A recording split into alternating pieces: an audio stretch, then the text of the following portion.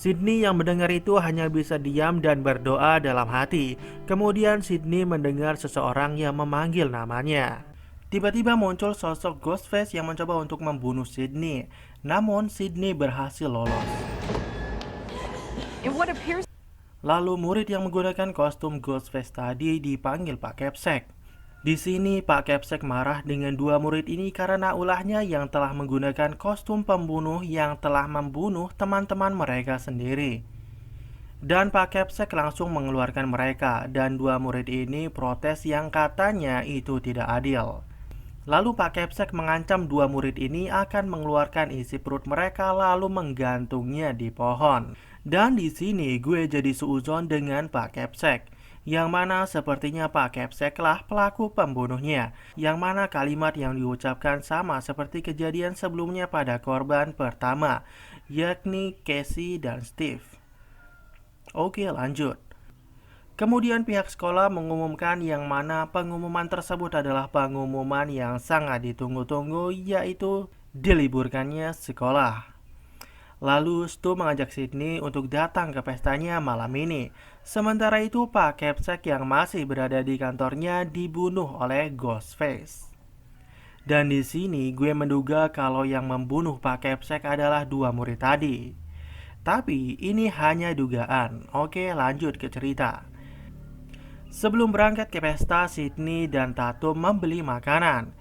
Di lain sisi, Pak Broto memberitahu ke Dwi yang katanya panggilan telepon misterius tersebut berasal dari Neil Prescott, ayahnya Sydney.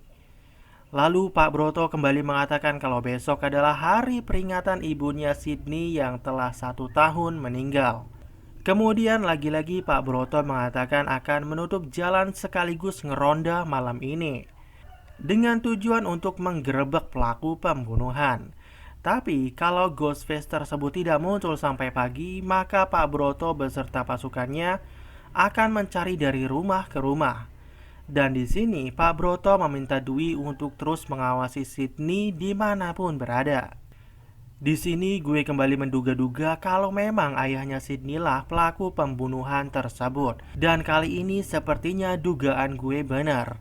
Tapi ceritanya belum selesai. Oke, kembali ke cerita. Malam pun tiba, Sydney dan Tatum menuju kediamannya Stu dengan didampingi oleh Dwi. Sementara itu Mbak Gale secara diam-diam mengikuti mereka bertiga. Jadi Mbak Gale ini sangat berambisi mencari siapa pelaku pembunuhan tersebut. Lalu tiba-tiba Dwi mendatangi Mbak Gale.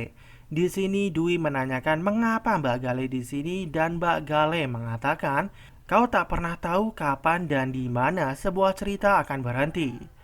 Begitu katanya. Ketika Dwi akan memeriksa pestanya para remaja tersebut, Mbak Gale langsung mengajukan diri untuk menemaninya. Lalu Mbak Gale yang telah membawa kamera secara diam-diam ini meletakkannya di ruang TV untuk melihat aktivitas orang-orang tersebut. Lalu Stu meminta Tatum untuk mengambilkan bir di garasinya.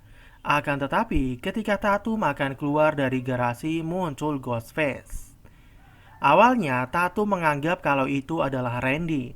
Kemudian, Ghostface mengancungkan pisaunya lalu menyayat tangannya.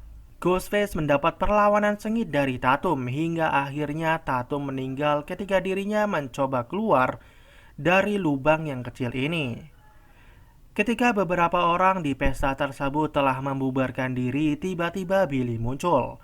Di sini Billy mengatakan kalau dirinya ingin ngobrol empat mata dengan Sydney. Lalu Sydney mengatakan kalau Tatum akan marah jika melihat Billy di sini. Kemudian Stu langsung menyarankan untuk ke kamar orang tuanya saja. Dan mereka berdua mulai ngobrol hingga berujung dengan Indah Hoy. Ketika Randy dan kawan-kawannya sedang nobar film horor, di sini Randy menjelaskan mengenai teori konspirasi tentang film horor, yaitu tidak boleh berhubungan seks jika ingin selamat. Yang kedua, tidak boleh mabuk dan menggunakan narkoba. Lalu yang ketiga adalah jangan mengatakan aku akan kembali. Sementara itu, Mbak Gale dan kameramennya sedang memantau para remaja dari dalam mobil. Kemudian Dwi datang dan mengajak Mbak Gale untuk menemaninya patroli. karena ada seseorang yang melaporkan telah menemukan sebuah mobil di tepi jalan. Kemudian Randy mendapat kabar bahwa Pak Kepsek meninggal terbunuh dan jasadnya tergantung di lapangan sepak bola. Setelah mendengar itu, teman-teman Randy bergegas menuju lokasi tersebut. Sementara itu, Dwi dan reporter yang sedang patroli hampir tertumbur mobil. Lalu akhirnya mereka menemukan mobil ayahnya Sydney. Di lain sisi, Sydney dan Billy telah selesai indahoy dan tiba-tiba datanglah Ghostface yang langsung menusuk Billy. Sydney berusaha keluar mencari pertolongan setelah berhasil turun dari lantai 2. Sydney melihat jasadnya Tatum yang tergantung di pintu garasi. Ghostface sempat akan membunuh Randy yang sedang nonton. Akan tetapi, Ghostface mendengar teriakan Sydney dari luar yang sedang menuju ke mobil reporter. Kemudian si kameramen dibunuh oleh Ghostface. Lalu Ghostface kembali mengejar Sydney. Dwi dan Mbak Gale yang baru saja datang langsung meminta Mbak Gale untuk menghubungi bantuan. Sementara itu, Dwi memeriksa rumah Stu. Mbak Gale yang telah sampai di mobil dinasnya langsung memanggil si kameramen.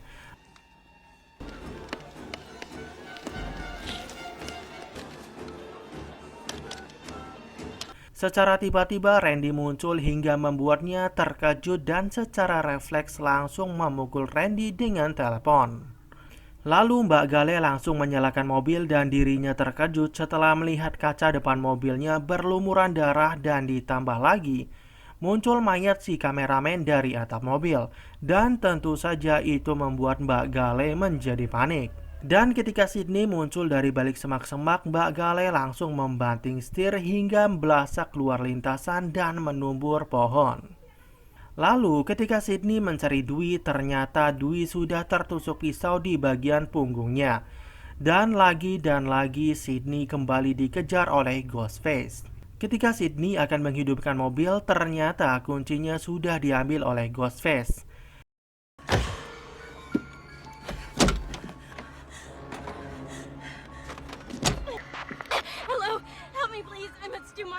Di sini Sydney berhasil lolos dari maut. Lalu Sydney mengambil pistolnya Dwi. Kemudian muncul Randy. Beberapa detik kemudian Stu muncul dan langsung menuduh Randy yang telah membunuh.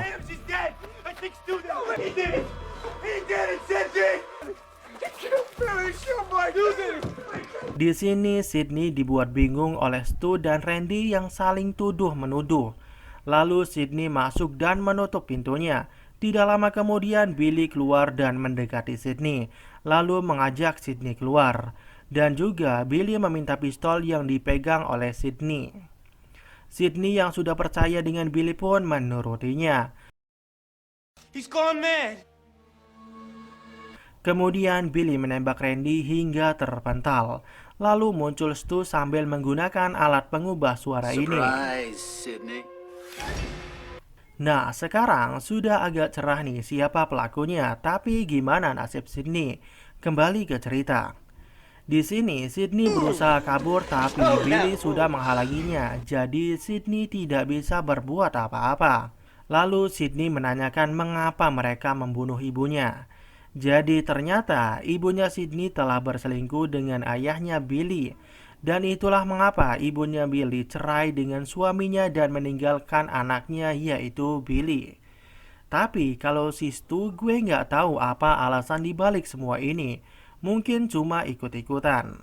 Kemudian Stu mengeluarkan ayahnya Sydney yang sudah terikat. Jadi Stu dan Billy telah menyadap telepon ayahnya Sydney. Intinya mereka berdua akan membuat ayahnya Sydney menjadi pelaku pembunuhan tersebut. Atau bisa dibilang memanipulasi pelaku pembunuhan. Lalu Stu dan Billy saling tusuk-menusuk supaya seolah-olah mereka adalah korban dan bukan pelaku pembunuhan tersebut. Kemudian Billy meminta Stu untuk mengambil pistol, tapi pistolnya sudah tidak ada. Dan ternyata yang mengambil pistol tersebut adalah Mbak Gale yang masih hidup. Mbak Gale mencoba untuk menembak mereka tapi tidak bisa. Lalu Billy langsung menendang Mbak Gale ini hingga terpental.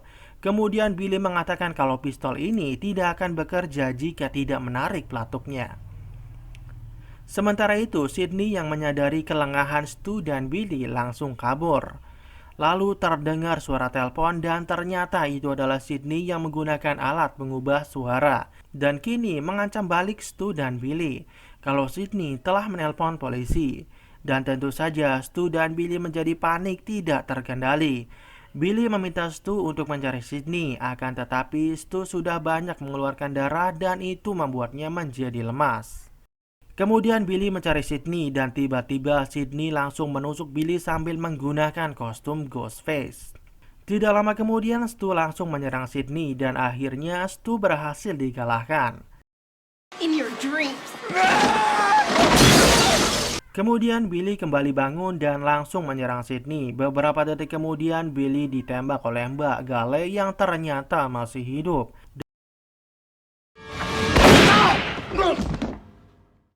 Sydney mendekati Billy yang sudah terbaring. Lalu Randy mengingatkan kalau inilah momen ketika di mana pembunuh akan bangkit kembali berdasarkan teori konspirasinya.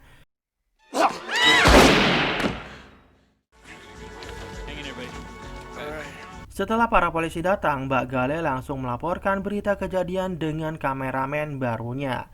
Dan film ini berakhir sampai di sini.